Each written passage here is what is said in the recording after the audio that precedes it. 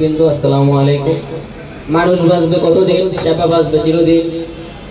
এই স্লোগানকে সামনে নিয়ে স্বেচ্ছাসেবীদের মনোবল বৃদ্ধি, সাংগঠনিক অবকাঠামো ও স্বেচ্ছাসেবীদের সামাজিক উন্নয়ন নিয়ে আজকের অনুষ্ঠান voice of volunteer. Voice of ভলান্টিয়ারে উপস্থিত আজকের অতিথিবৃন্দ সকলের প্রতি আমার আন্তরিক সালাম ও ধন্যবাদ কৃতজ্ঞতা প্রকাশ করছি।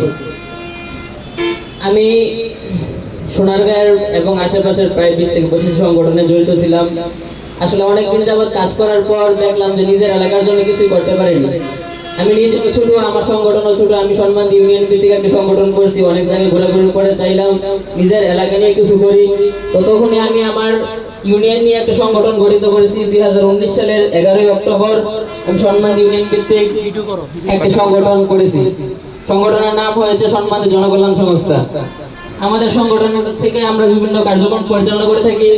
সংগঠন থেকে আমরা এই পর্যন্ত গত 3 বছরে প্রায় 1000 ব্যাগ রক্তদান করেছি বিনামূল্যে, এবং সম্মানদী ইউনিয়নের প্রায় 10টি প্রাথমিক বিদ্যালয়, 2টি উচ্চ বিদ্যালয়, কয়েকটি মাদ্রাসার মধ্যে আমরা ফ্রি ব্লাড গ্রুপ নির্ণয় করেছি।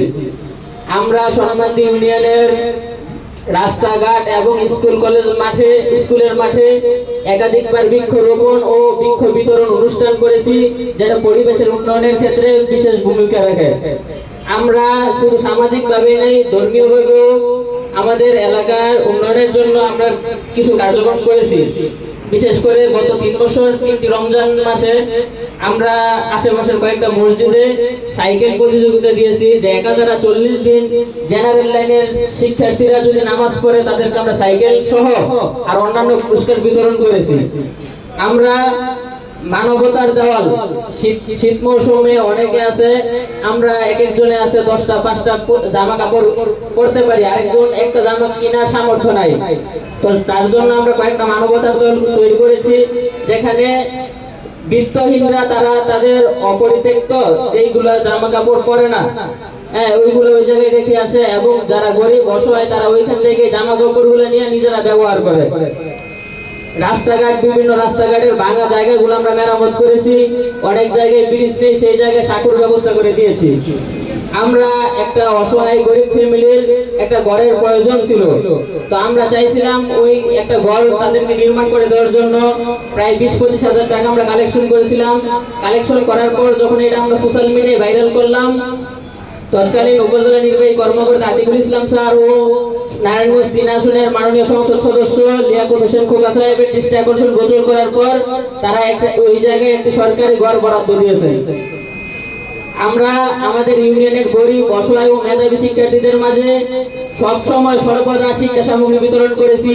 যাদের স্কুল ড্রেস কেনার সামর্থ্য নেই তাদেরকে স্কুল ড্রেস কিনে দিয়েছি। আমরা নিজেরা তাদেরকে স্কুলের বেতন ফ্রি করে দিয়েছি। নোট, গাইড সহ, কলম সহ শিক্ষা সামগ্রী আমরা তাদেরকে ক্রয় করে দিয়েছি। পবিত্র ঈদ সহ বিভিন্ন করোনাকালীন সময়ে আমরা আমাদের ইউনিয়নে খাদ্য সামগ্রী বিতরণ করেছি, এবং গত 2 বছর যাবৎ আমরা আমাদের ইউনিয়নে আমাদের সম্মানিত জনকল্যাণ সংস্থার এক উপদেষ্টা সদস্য, আমাদের বড় ভাই, ওনার অর্থায়নে 10টি পরিবারের মাঝে প্রত্যেক মাসে আমরা খাদ্য সামগ্রী বিতরণ করে থাকি। করোনাকালীন সময়ে আমাদের সম্মানিত ইউনিয়নে হাট, বাজার এবং রাস্তাঘাট এবং জনবহুল এলাকার মধ্যে আমরা ফ্রেশ হওয়ার জন্য, হাত ধোয়ার জন্য বেসিন ফিল্টার দিয়েছি, সাবান সহ জনসচেতনমূলক লিফলেট বিতরণ করেছি এবং সবাইকে সচেতন করার চেষ্টা করেছি। আমরা চাই আপনাদের সহযোগিতায় যেন আমরা আরো এগিয়ে যেতে পারি। এই বলে আমি আমার বক্তব্য শেষ করছি। জাগ্রত হোক মানবতা, জয় হোক তারুণ্যের।